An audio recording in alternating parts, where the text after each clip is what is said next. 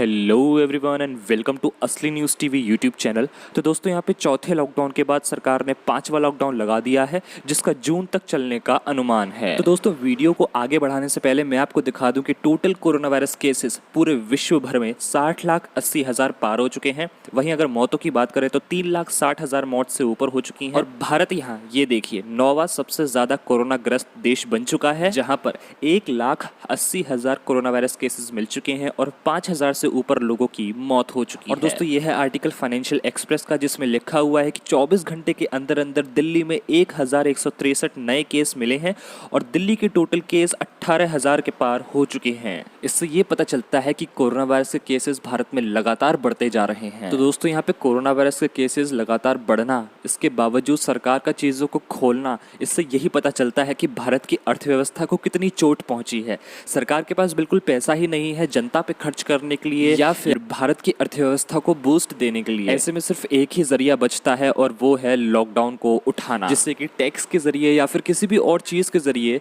पैसा आए और वो पैसा फिर अर्थव्यवस्था में जा सके, जिससे कि भारत की अर्थव्यवस्था वापस पटरी पर लौट सके। तो दोस्तों आगे वीडियो के दौरान आपको एक शब्द सुनने को मिलेगा, कंटेनमेंट जोन। काफ़ी लोगों को इस शब्द में बहुत कंफ्यूजन रहता है, इसलिए वीडियो को अच्छे से समझने के लिए इस शब्द का मतलब मैं आपको यहीं बता देता हूँ। तो दोस्तों कंटेनमेंट जोन एक ऐसा एरिया होता है, एक ऐसी जगह होती है जहाँ से कोरोना वायरस के पेशेंट मिले हुए होते हैं और प्रशासन को ऐसा लगता है कि वहाँ से और कोरोना वायरस के पेशेंट मिलने की उम्मीद है। ऐसी जगहों को प्रशासन सील कर देता है। तो दोस्तों ये है इंडिया टुडे का आर्टिकल, जिसमें लिखा हुआ है कि lockdown 5 not really a lockdown, home ministry rules allow near all to reopen. तो दोस्तों इसमें ये कहना चाह रहा है कि ये जो सरकार का लॉकडाउन 5 है, ये असल में लॉकडाउन नहीं है, बल्कि ये सरकार का पहला कदम है चीज़ों को अनलॉक करने का। लॉकडाउन का उल्टा अनलॉक, चीज़ों को अनलॉक करने। मेरे हिसाब से इसमें कम 60% चीज़ें ऐसी हैं जो सरकार इस लॉकडाउन के दौरान खोल रही है। चलिए तो फिर डिस्कस कर लेते हैं इस न्यूज़ को। मैं श्रेयांश भागवत बताऊंगा लॉकडाउन 5 की गाइडलाइंस पूरी विस्तार में और आसान शब्दों में। वीडियो को आप एंड तक देखिएगा। तो चलिए शुरू करते हैं।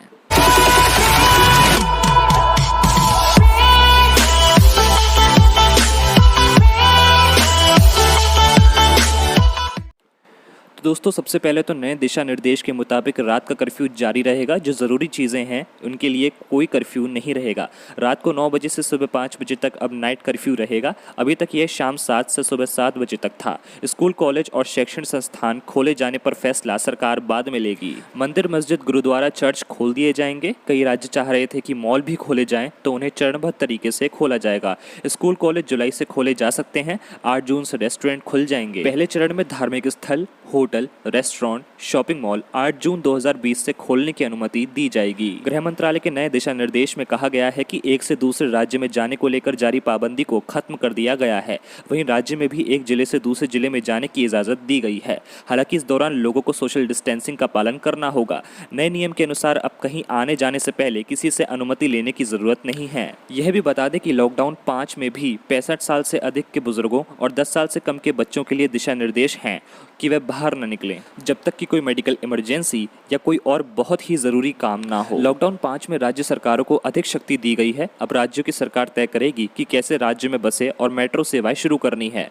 नए दिशा निर्देश में कहा गया है कि केंद्र सरकार ने प्रतिबंध हटा लिया है, लेकिन राज्य सरकार अपने स्तर पर पाबंदियां लगा सकती है। लॉकडाउन अब सिर्फ कंटेनमेंट जोन तक सीमित होगा। जिलाधिकारी कंटेनमेंट जोन को तय करेंगे कि वहां सिर्फ बेहद जरूरी गतिविधियों की इजाजत दी जाए। मेडिकल इमरजेंसी सेवा और जरूरी सामान और सेवाओं को छोड़कर कंटेनमेंट जोन पर लोगों की आवाजाही पर सख्ती रहेगी। कंटेनमेंट जोन में कॉन्टैक्ट ट्रेसिंग होगी, घर घर जाकर निगरानी की जाएगी और अन्य जरूरी कदम उठाए जाएंगे। राज्य सरकारें कंटेनमेंट जोन के बाहर बफर जोन की पहचान भी कर पाएंगी। वहीं स्कूल और कॉलेजों को जुलाई के महीने में खोलने की संभावना है। अनलॉक इंडिया प्लान के तीसरे चरण में कोरोना संक्रमण और उससे पैदा हुए हालात का जायजा लेने के बाद ही कुछ सेवाएं शुरू हो पाएंगी।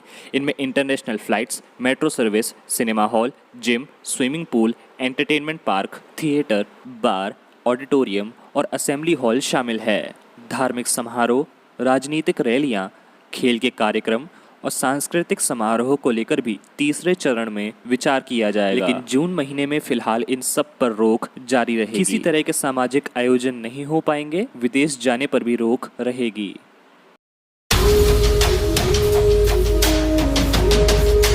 तो दोस्तों इस वीडियो को देखने के लिए आपका बहुत बहुत धन्यवाद। अगली वीडियो में फिर मिलते हैं, तब तक के लिए अपना बहुत